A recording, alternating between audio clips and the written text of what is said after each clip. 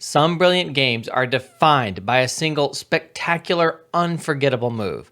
Today's game is just such an example, featuring two players you've probably never heard of, Joseph Krejcik and Konrad Krobst. White plays a good attack, maybe a great attack, but there is one move you absolutely have to see to believe.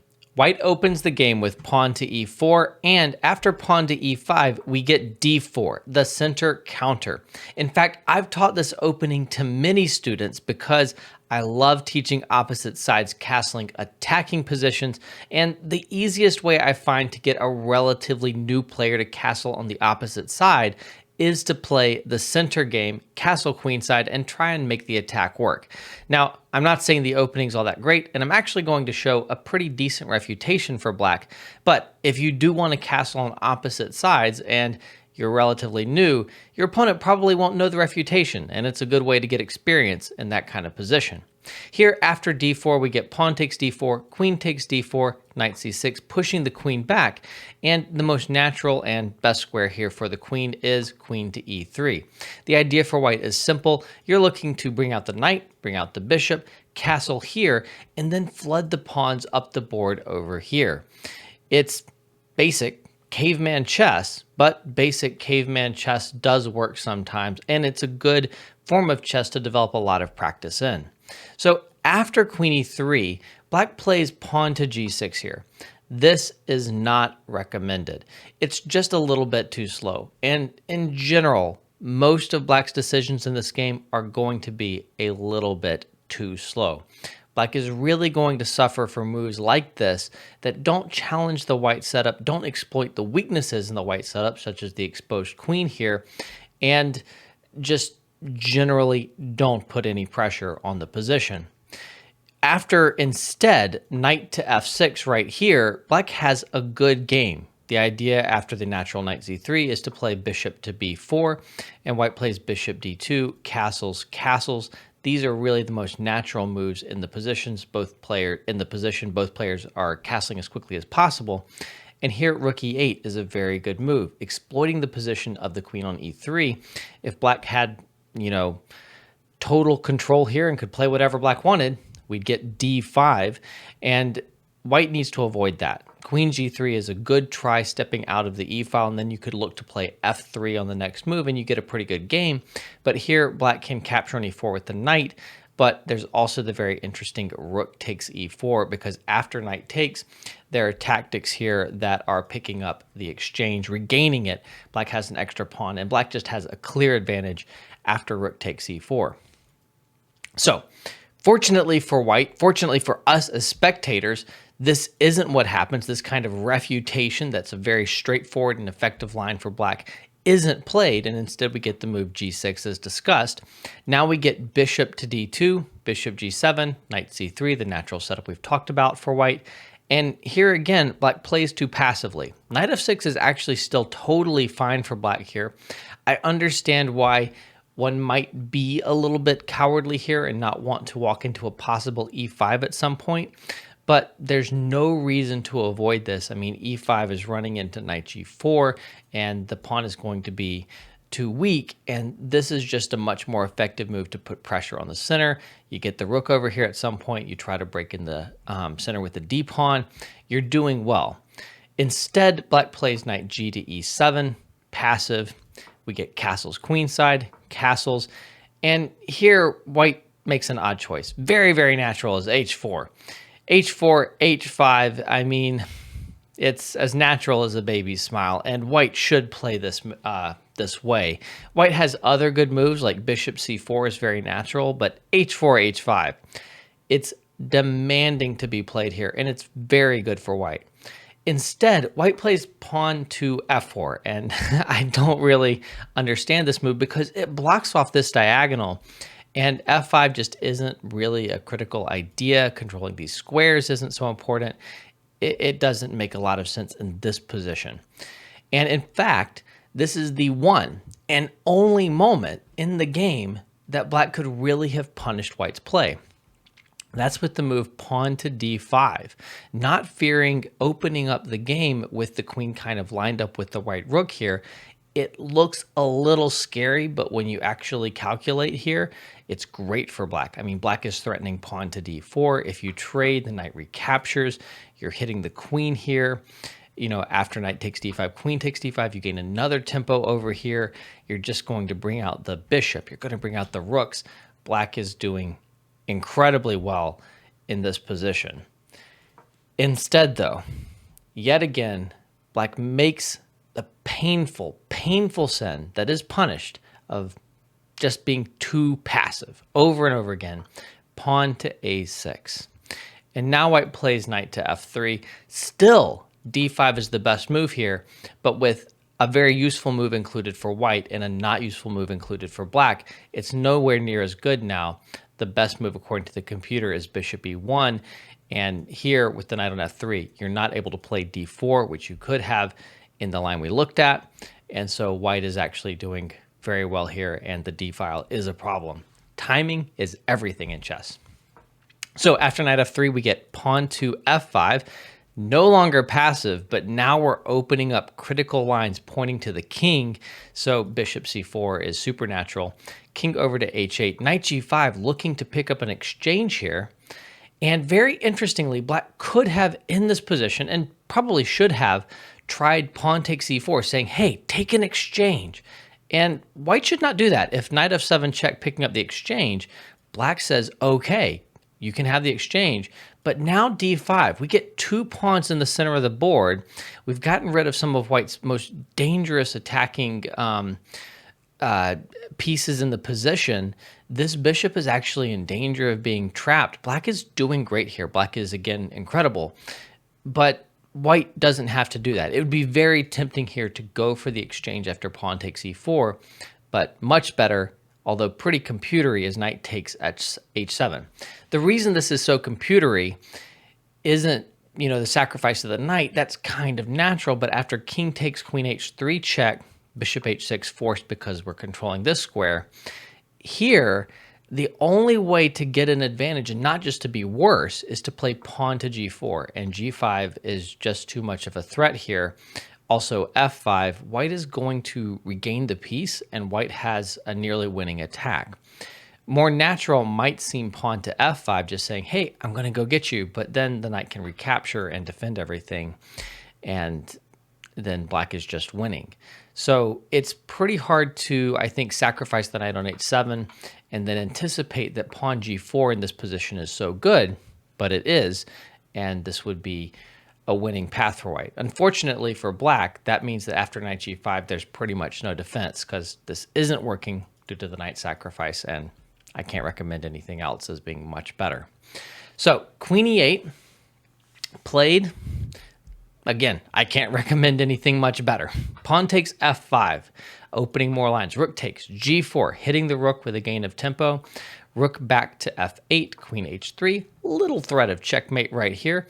Pawn to h6, and now a very mysterious move. And this move is kind of critical for some of the stuff that's coming. It sets up some beautiful ideas, but it's also pretty weird. White would be just crushing in this position with a very natural rook he1. I would probably play rook he1, you know, 99 times out of 100. I might get distracted by other calculations, but the rook is not doing anything on h1, and it's so beautiful right here. And this position is overwhelming. It's not even that you're threatening anything specific. It's that black can't do anything. Black's king is unsafe, and all of your pieces are just humming here. Instead, though, white plays rook hg1, which sets up some of the incredible continuations that come. And I think it's also just anticipating possibly pawn to f5 in situations where the g file might open, but it does seem like a pretty weird move to put the rook on a not yet open g file when you have an open e file, but it will be useful on the g file in a little bit. So now things just absolutely explode. b5 here, it makes sense. What else are you going to do? But now white has a great continuation. If you want to pause your video, this is one good moment to do it. And that continuation is knight takes b5. There are other good continuations. The computer might give other continuations a higher score, but this is very direct and very effective. After this sacrifice right here, really a brilliant knight sacrifice, we get pawn takes b5. What else are you going to do? And here, bishop c3, the Knight sacrifice is all about getting access to this diagonal right here, and the two bishops are monstrous. Now, obviously you can take here, but not really, because after pawn takes, you have queen takes right here. There's a pin here because we've got our bishop on this beautiful diagonal, so it's mate on either g7 or h7 on the next turn. Also, after bishop c3, you can't take the other bishop. Now, you could just recapture. That leads to mate, but you also have mate in 1, queen takes h6, because that's now undefended. So after bishop c3, h5 is pretty much forced. And here, I highly, highly recommend you pause your video and try and find the most direct and effective winning continuation for white. Well, what you should start with, right, even if it's not what's played and for fair reasons, is pawn takes h5. Obviously, this is the starting point. You're just looking to open the lines right here. And after capturing here, you're opening the G file and threatening to capture here. And this leads to mate. But the point for black here is d5. Opening up the bishop, hitting the queen over here on h3. The queen is not able to stay on the h file because you have knight f5 as a critical resource here. And now, this is hit. All of the pieces are coming in, and black's actually surviving here. It's complicated. There are some crazy lines. And it's important to note that bishop takes g7, king takes g7, h6 check, king h8. All of this is totally forced. Queen over to c3 check, d4, rook takes d4, does not win the game. It looks like it's winning the game because if knight takes, queen takes, you're just mating over here. It doesn't win the game because of b4, which is really an incredible resource. Absolutely stunning. It would be so natural to go for the capture on h5 and play this forced continuation here and think you're just crushing on the long diagonal. And then in this critical moment, you just can't stay on the long diagonal. And after the queen retreats like queen d2, black is able to hold on with a lot of moves. Bishop f5, rook f6, a lot of computer suggestions, and white's still down a piece. Black's king is certainly not safe, but there's no way for white to finish things off. So, backing up, the move played here, which is the strongest move according to the engine, which is an unforgettable move in my opinion, is rook d6, which just seems like some sort of insane mouse slip. But it is an incredible and excellent move. The point here is simple. We're just going to stuff this d-pawn. This d-pawn is not allowed up the board. And we're going to take on h5. It doesn't matter that black will have an extra rook when we do it. What will matter is that we are opening the lines and the bishop cannot defend. We're just closing off the black queen side and we win the game. Now, having done this, you have to also see other sacrifices that are coming, and they happen in the game. So after rook d6, we get pawn takes d6, pawn takes h5. This bishop is stuffed. There is no pawn to d5.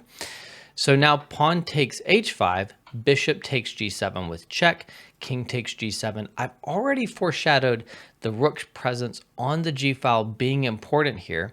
And now we get knight f7 check. Of course, this is a discovered check from the rook, and there's no time to capture the bishop because of the discovered check. Everything is just holding together for white.